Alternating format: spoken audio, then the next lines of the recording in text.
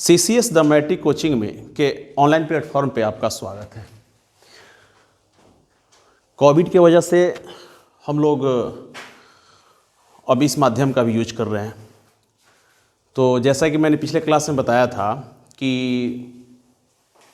2022 के जो matric examinee हैं 23 के, आप तो 23 के हैं, तो पहला हमारा जो चैप्टर होगा वो केमिस्ट्री का होगा। और केमिस्ट्री का जो पहला चैप्टर है वो है रासायनिक अभिक्रिया एवं समीकरण।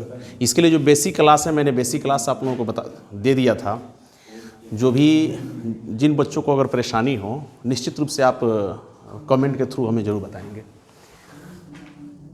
सबसे पहले तो जिन बच्चों ने अपने कोचिंग के YouTube चैनल को सब्सक्राइब नहीं किया होगा, सब्सक्राइब करेंगे और बेल आइकन दबाना नहीं भूलेंगे। रासायनिक अभिक्रिया एवं समीकरण, केमिकल रिएक्शन एंड इक्वेशन। अभिक्रिया, निश्चित रूप से बहुत सारे बच्चे रिएक्शन शब्द से परिचित होंगे। रिएक्शन, ये एक्शन, जैसे हम कोई क्रिया करते हैं तो क्रिया के विपरीत एक प्रतिक्रिया होती है, उसी को हम बोलते हैं प्रतिक्रिया या उसको बोलते हैं प्रक्रिया। तो ये काफ़ी तीव्र गति से होती है। जैसा मान लो कि कोई हम मेडिसिन लेते हैं और मेडिसिन लेने के बाद हम क्या देखते हैं कि इंस्टेंट एक रिएक्शन होता है। कभी कभार आपने सुना हो घर में कि हाँ दवा खाए और रिएक्शन हो गया, तो आपने एक्शन के लिए मान लो कि पेट दर्द का कोई दवा खाया और रिएक्ट कर गया, तो रिएक्शन काफ़ी तेज गति से होता है। सामान्यतः रिएक्शन शब्द जो हम यूज में लाते हैं वो रासायनिक या केमिकल रिएक्शन के लिए लाया जाता है। तो केमिकल रिएक्शन वही है, थॉट वही है, दूसरा इसमें कुछ नहीं है। जैसे मान लो कि कैल्शियम एक तत्व है तथा ऑक्सीजन एक दूसरा, ये दोनों मिल करके बनाते हैं कैल्शियम ऑक्साइड। मतलब कैल्शियम के बारे में आप जान रहे हैं, कैल्शियम एक ठोस पदार्थ है, ऑक्सीजन क्या है, गैसीय पदार्थ है, ये धातु है, ये अधातु है, धातु अधातु मिल करके कैल्शियम ऑक्साइड बना रहे हैं। कैल्शियम ऑक्साइड जिसे हम लोग कहते हैं कली चूना, कली चूना। तो इस संपूर्ण घटना को हम बोलते हैं रासायनिक अभिक्रिया। ये क्या है? रासायनिक अभिक्रिया।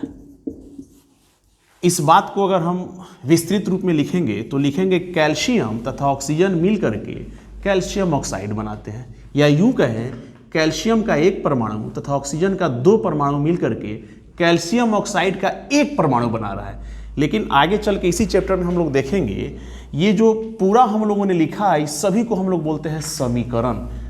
और समीकरण जब भी हम लिखते हैं तो इसे संतुलित करना आवश्यक होता है। आप देखेंगे एरो के बाएं तरफ ये जो दो पदार्थ हैं इनको बोलते हैं रासायनिक अभिक्रिया में भाग लेने वाले पदार्थ हैं। तो रासायनिक अभिक्रिया में भाग लेने वाले जो पदार्थ हैं उनको हम बोलेंगे रिएक्टेंट। इंग्लिश में क्या बोलते हैं? रिएक्टेंट। और रासायनिक अभिक्रिया के फलस्वरूप जो पदार्थ बन रहा होता है उसको बोलते हैं प्रोडक्ट। क्या है ये? प्रोडक्ट, उत्पाद। इसको हिंदी में बोलते हैं उत्पाद और इसको हिंदी में बोलते हैं अभिकर्मक। अर्थात अभिकर्मक से क्या हुआ? उत्पाद बना और इस पूरे प्रक्रिया को अभिक्रिया कहते हैं। ये जो रासायनिक अभिक्रिया है इसके अनेकों प्रकार हैं। जैसे मान लो कि दो या दो से अधिक पदार्थ मिल करके एक नया पदार्थ बना सकते हैं, या एक नया पदार्थ टूट करके दो या दो से अधिक पदार्थों में विभक्त हो सकता है। उसका एग्जाम्पल हम देखते हैं। सबसे पहले आप देखें CaO, कली चूना जो ही बना था, ये कार्बन डाइऑक्साइड से अभिक्रिया करके बनाता है CaCO3। देखिए अभी हम समीकरण को संतुलित नहीं कर रहे हैं, अगले क्लास में एक दो क्लास के बाद हम लोग समीकरण को संतुलित करना भी निश्चित रूप से सीखेंगे। CaO प्लस CO2 बनाता है CaCO3। यहाँ आप देखेंगे जुड़ने की क्रिया हो रही है, दो छोटे छोटे पदार्थ मिलकर के एक जटिल पदार्थ का निर्माण करते हैं। तो इस तरह भी अगर घटना हो तब भी ये रासायनिक अभिक्रिया है। या कभी कभार ऐसा होता है कि यही CaCO3 को अगर गर्म करेंगे, ये जो साइन होता है जो हम त्रिभुज की तरह बना रहे हैं, इसका मतलब हुआ इस यौगिक को हम गर्म कर रहे हैं। जब CaCO3 को गर्म करते हैं तो ये CaO तथा CO2 में बढ़ जाता है। तो ये भी रासायनिक अभिक्रिया है, ये भी रासायनिक अभिक्रिया है। ये पहला वाला जो रासायनिक अभिक्रिया है ये कंपोजिशन है, जुड़ने की अभिक्रिया है, अतः इसको बोलते हैं संयोजन अभिक्रिया। क्या बोलते हैं? संयोजन अभिक्रिया। और ये टूटने की है, अतः इसको बोलते हैं वियोजन अभिक्रिया। इस तरह से इस चैप्टर में हम लोग लगभग 8 अभिक्रियाओं के प्रकार को पढ़ेंगे। संयोजन अभिक्रिया, वियोजन अभिक्रिया, विस्थापन अभिक्रिया, द्विविस्थापन अभिक्रिया, ऐसे करके हम लोग उपचयन अभिक्रिया, अपचयन अभिक्रिया, ऊष्माक्षेपी अभिक्रिया, ऊष्माशोषी अभिक्रिया, लगभग 8 अभिक्रियाओं को पढ़ेंगे बारी बारी से। आज हम लोग मुख्य रूप से संयोजन तथा वियोजन अभिक्रियाओं के बारे में जानेंगे। तो जो एग्जाम्पल्स मैंने आपको दिया है, इस एग्जाम्पल से अब हम रासायनिक अभिक्रिया का डिफिनेशन आपको बताते हैं। 2 या 2 से अधिक पदार्थों के मिलने से एक नए पदार्थ का बनना, या किसी एक जटिल पदार्थ का टूटकर 2 से अधिक या 1 से अधिक पदार्थों में टूट जाना रासायनिक अभिक्रिया कहलाता है। ये जो रासायनिक अभिक्रिया है, इस संपूर्ण रासायनिक अभिक्रिया को हम लोगों ने संकेत में व्यक्त किया है। तो बड़ा सिंपल सा डिफिनेशन होता है। देखिए, रासायनिक अभिक्रिया तो आप समझ गए, 2 या 2 से अधिक पदार्थों का आपस में जुड़कर एक नया पदार्थ बनाना, या एक पदार्थ का 2 या 2 से अधिक पदार्थों में टूट जाना रासायनिक अभिक्रिया कहलाता है। अब यहाँ बचा समीकरण। ये समीकरण में रासायनिक सब छूटा हुआ है। तो रासायनिक समीकरण सिंपल सा चीज है। ये जो अभिक्रिया है, इन अभिक्रियाओं को संक्षिप्त रूप में व्यक्त करना रासायनिक समीकरण कहलाता है। अभिक्रियाओं को संक्षिप्त रूप में, अभिक्रियाओं का संक्षिप्त निरूपण रासायनिक समीकरण कहलाता है। मतलब यहाँ से लेकर के यहाँ तक जो हमने लिखा है, हमारे लिखने का ये मेथड ही है रासायनिक समीकरण। दिस इज रासायनिक समीकरण। लिखने के तरीका को बोलते हैं रासायनिक समीकरण, अगर वो संक्षेपण में हो तब। और इस घटना को बोलते हैं रासायनिक अभिक्रिया।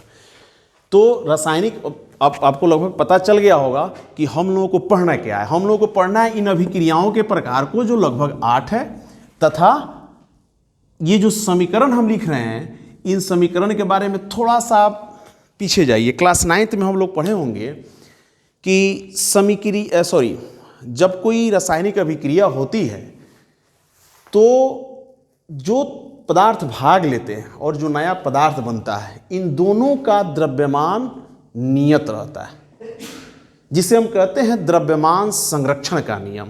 लेबोजर और प्राउस्ट का नाम आपको याद होगा, अभी 9th क्लास से आप आए हैं।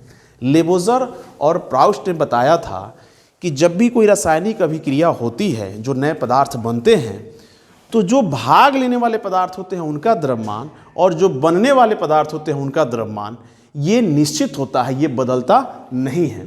इसके लिए रासायनिक अभिक्रिया को या रासायनिक समीकरण को यूं कहे संतुलित करना आवश्यक होता है। बड़ा सा सिंपल सा चीज है रासायनिक अभिक्रिया को संतुलित करना। रासायनिक अभिक्रिया को संतुलित करना है तो इसके लिए हम आपको बताते हैं।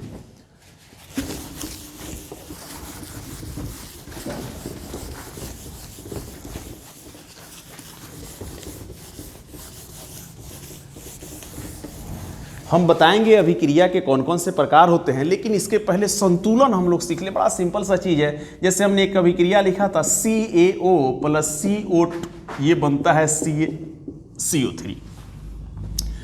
ये अभिकर्मक हैं, तीर के बाएं तरफ लिखे जाते हैं, और ये उत्पाद हैं, तीर के दाएं तरफ लिखे जाते हैं। तीर के बाएं तरफ कौन कौन से पदार्थ हैं? तो Ca है, O है, C है। निश्चित रूप से तीर के दाएं तरफ भी Ca होंगे, O होंगे, C होंगे। Ca तीर के बाएं तरफ, Ca के कितने परमाणु हैं? 1, चलिए 1 लिख दिए। O के कितने हैं? यहाँ 1 और ये 2, कितना हो गया? 3। C के कितने हैं? 1। यहाँ आइए, C के कितने हैं? 1। O के कितने हैं? 3 और C के कितने हैं? 1। तो इस तरह से हम क्या देख रहे हैं? ये समीकरण ऑलरेडी संतुलित है। तो ऐसे बहुत सारे समीकरण आपको मिलेंगे। जैसे इसके पहले हमने लिखा था Ca + O2, ये बनाता है CaO। यहाँ आप देखिए Ca कितना है? Ca1। O कितना है? 2। इधर Ca कितना है? 1 और इधर O कितना है? 1 है। तो आप देखिए Ca1 O कितना है? 2 और यहाँ O के कितने परमाणु हैं? 1।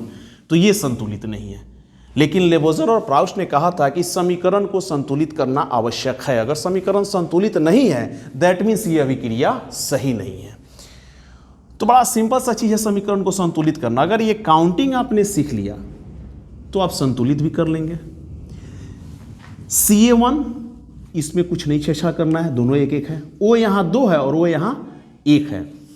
एक ख्याल रखना होगा, कम को अधिक करना है। इधर 2 है तो इधर कुछ नहीं करना है, इधर कम है तो इसको बढ़ाना है। तो 1 को बढ़ाना है तो आप यहाँ 1 की जगह 2 लाना है तो आप यहाँ 2 नहीं लिख सकते, चूंकि पता है ये 2 जो है परमाणुकता को बता रहा है और परमाणुकता किसी अपने साथी तत्व के संयोजकता पर निर्भर करता है। तो हम यहाँ 2 नहीं लिख करके हम यहाँ 2 लिखते हैं। जैसे ही हम यहाँ 2 लिखते हैं, अब ऑक्सीजन तो 2 हो जाता है, लेकिन इसके साथ साथ कैल्शियम भी 2 हो जाते हैं। और इधर कैल्शियम कितना है 1, तो फिर हम यहाँ भी 2 कर देंगे। अब इधर भी कैल्शियम कितने हो गए 2, इधर भी कैल्शियम हो गए 2, इधर भी ऑक्सीजन हो गए 2 और इधर भी ऑक्सीजन हो गए 2। अतः ये समीकरण हमारा संतुलित हो गया। तो इस तरह बहुत सारे ये ऑलरेडी पहले से संतुलित है। बोर्ड एग्जाम में अनेकों बार ऐसा सवाल पूछा गया है कि समीकरण को कैसे संतुलित किया जाए। तो समीकरण को संतुलित ऐसे हम करेंगे नेक्स्ट क्लास में हम वीडियो में आपको बताएंगे कैसे अभिक्रियाओं के कौन कौन से प्रकार हैं, समीकरण को संतुलित कैसे करते हैं। Thank you.